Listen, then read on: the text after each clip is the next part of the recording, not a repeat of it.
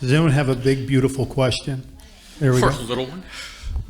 I have a little stupid question.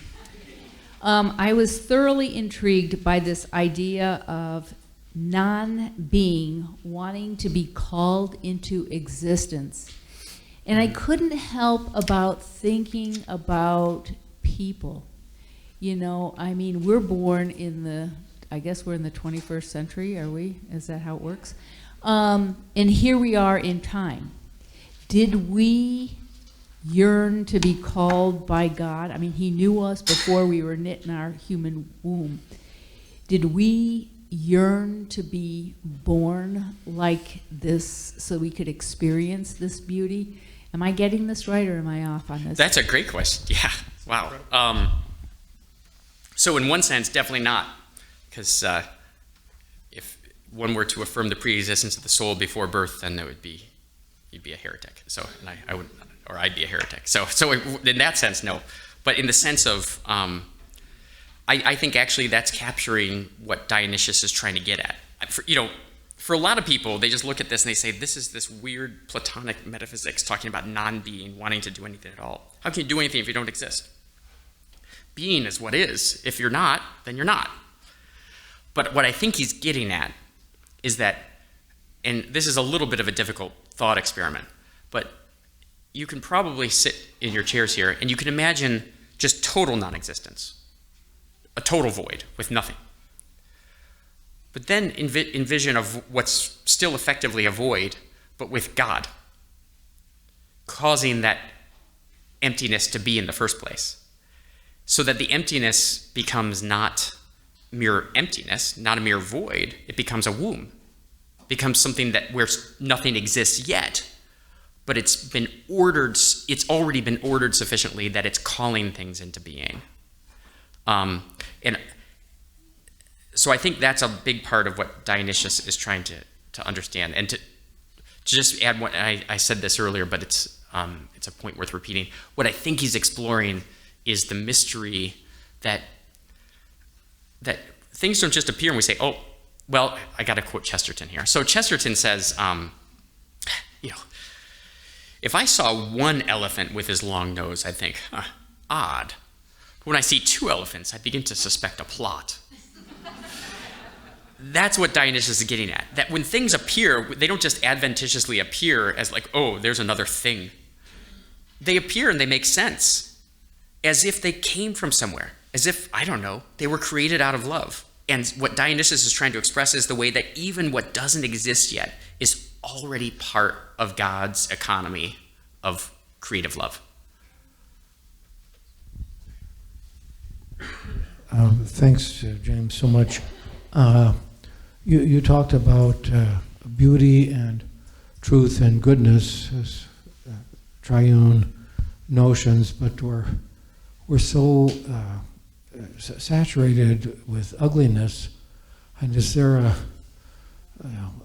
ugliness, evil, and falsity is on the other side? And so much of modern art is ugly, but it's sort of deliberately so, and it's as if the artist is trying to make a point. I mean, it's, I don't know, it's George Grosz or, Yeah. I don't know. I don't even know what I'm trying to say. It's, how does ugliness Yes. fit into all this? Yeah. I think you were present to suffer through my lecture a couple years ago at Aquinas on that touched on this. You may have gathered I had more to say than I actually got to talk about tonight. So here's a little bit. So we tend to use the word beauty after the mode of a perfection. Like, oh, that's really beautiful. Is this beautiful? That's okay. But that's really beautiful, right? But what Plato is encouraging us to do is to say that beauty is not a perfection. It's a quality of being as such.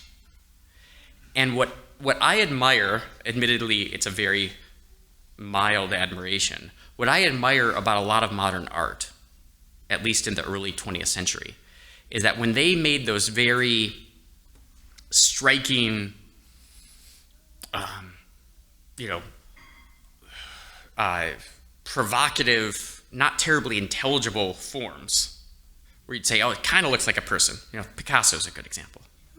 Personish, you know, but also kind of grotesque. What I think they were trying to do was to reawaken us to the givenness of being. And so while they did it by way of what we would call ugliness, by way of distortion, they were nonetheless bringing us back in some respects to the mystery of the beautiful, which is the real mystery of the beautiful is the fact that being gives itself to us. Beauty, I think, and my definition, is nothing other than being self-gift to other being. The ability of the world to give itself to us, to be wondered at, to be known, to be received and contemplated. And the thing is, ugliness, what we call ugliness, often works to that end. I think that's why we love tragedy so much. That suffering awakens us to our own being and to the being of things in a way that makes it mysterious again, that sometimes the contentment and joys of comedy don't. The problem with modernity is twofold. One, they had one right instinct and said, well, we'll just do this forever, rather than recognizing that you can just, a little distortion within something that's otherwise well ordered is actually quite formidable and powerful. Too much of it, you begin to suspect a non-plot, as in they've lost the plot. And then the other thing is this: because they had an impoverished understanding of what beauty was, they thought of beauty as prettiness rather than this self-communication of being, they began just to not think in terms of beauty at all. And so then you get a deliberate cult of ugliness, a deliberate negation of beauty. There's actually one other problem here, and that emerges later, and that's, of course, the nihilism that emerges, which is works of art that come into being that are intended to be a kind of blow against life, a blow against being, and a rebellion against it. That's another night's work, that one. I've got a question back here. So I wasn't intending on dovetailing off that question, but perhaps it does. Especially the way you framed it, it's very easy to see the themes of good, true, and beautiful in the story of creation. God creates by speaking truth. It's very good. The very good man beholds creation for the beauty of it.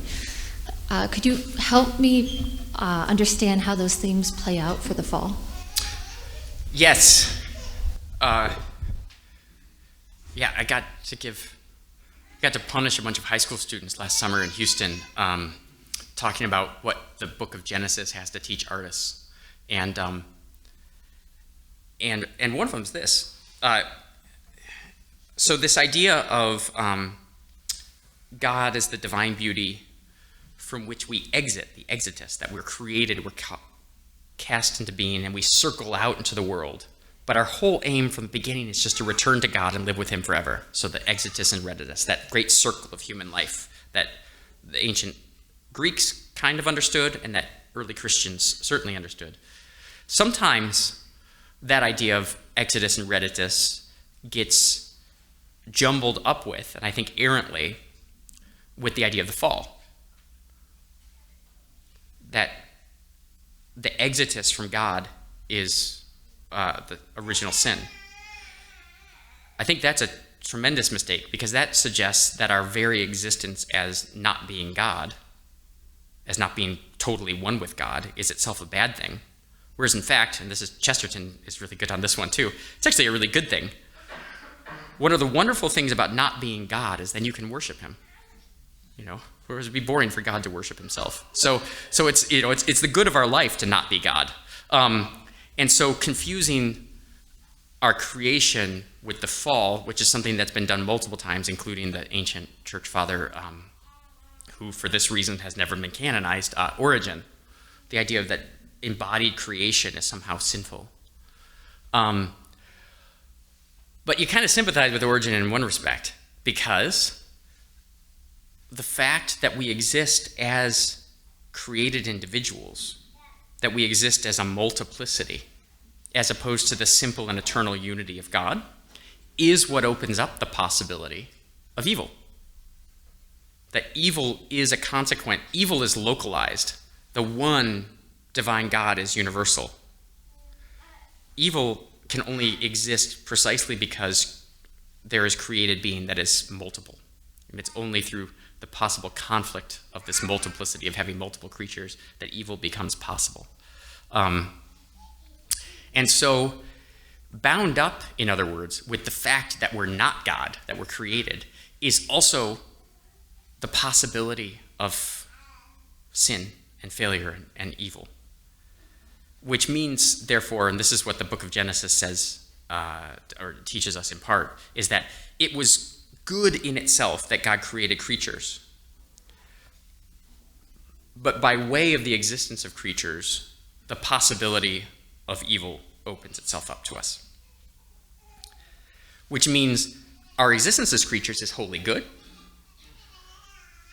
but that the drama of that existence is such that it makes room for the possibility of sin and evil. And you can have one without the other in actuality, but you can't have one without the other in possibility, if that makes sense. I've got a question right over here, Doc. Thank you, and I appreciate that when you were describing the symposium, I once described it to my wife and she threw a potato at me. You gave a much nicer version. Having had arguments with people over liturgy, what's beautiful liturgy, what's bad, as well as anything else under the sun, and assuming people are in good faith, it seems like people clearly disagree on what is beautiful. So if subjective experience of beauty is not a reliable guide, how can we know whether something is objectively beautiful or I just personally think it is? So this is a direction that I honestly thought I was going to talk about more tonight and didn't. And that's this language of subjectivity. If we are in the world merely as respondents, if our act of knowing, of going out of ourselves is always comes second and is a response to the world first giving it to us, then the language of objectivity and subjectivity kind of breaks down. Because what it means to be, at least the way we tend to use it, where is it just you, right? Because what it means to be a subject is to be someone capable of responding to the object, to the world. So do our subjective responses in the sense of, oh, I like this and I don't like this matter? I think they do. But I think they also have to be, we have to recognize that they're not self-generated. They're a response to reality. And lo and behold, we respond poorly to reality all the time. I'd say 3/4 of the time. Okay, so, and so we have to be critics of our own knowing. And we say, well, how am I going to be a critic? I mean, I can't be judge and jury in my own cause. Yeah, you can, because you're standing before the bar of reality. Everything you think is subject to reality. Everything you think is a response to what is real. And so, in the case of liturgy, though, we have a different, actually, criterion from, say, judgment in the fine arts. The liturgy has a very specific purpose. The liturgy is the work of the people given by God in order to worship him adequately. And adequately does not necessarily mean prettily. It means first and foremost a way that reflects what God has in fact revealed to us. So I'll give you one example that was at the heart of Benedict XVI's writings on the liturgy, the Ad Orientem worship. The minute, Benedict says, the minute that worship was no longer ad orientem, 1/2 of the meaning of the liturgy was immediately obscured to all Christians. Yes, you can bow before the cross in whichever direction it's hanging, and you can be bowing before Christ the Redeemer. But Christ is not just the Redeemer. Christ is the Pantocrator. He's the creator of all things. And so Christ and this is a pun that works best in English, doesn't work in other languages, but Christ the Son is also represented by the sun rising in the east. To pray worshiping the east, to worship God by praying facing the east is to orient ourselves not just to Christ the Son and Redeemer, but to orient ourselves to Christ the creator of all things and of the cosmic order. But that becomes obscured when you don't pray facing east. So it seems, in Benedict's Spirit of the Liturgy, he brings up ad orientem worship a good half dozen times, and you begin to think, come on, pal. There's other stuff to complain about. Have you heard a guitar mass lately? But it's not just a pet peeve of Benedict. He's understanding that the liturgy is intended actually even more than to be worship of Christ the Redeemer, is intended to be the fulfillment of the natural yearnings of all creatures to worship the cause of their being.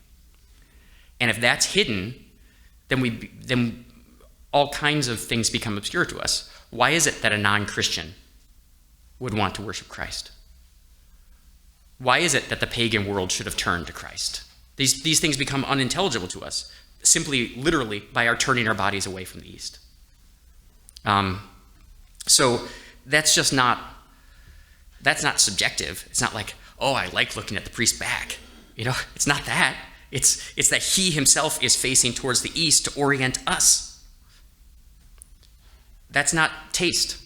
You can like it or not, but it's communicating something about the nature of the liturgy that becomes obscured if the priest is facing you ad populum. So, that's where I would argue. And that still has everything to do with beauty. It's about the form, but it's not about beauty in the sense of what do I like better. It's about what is the form of the liturgy communicating about reality. Hey, Doc, will you stick around for a while? Sure. Because there's still a lot of questions, but we can't answer them all night. But if you stick around for a while, I know you'll answer them. Yes. At least the best that you can. Yes. And we need to give a huge round of applause for this lecture.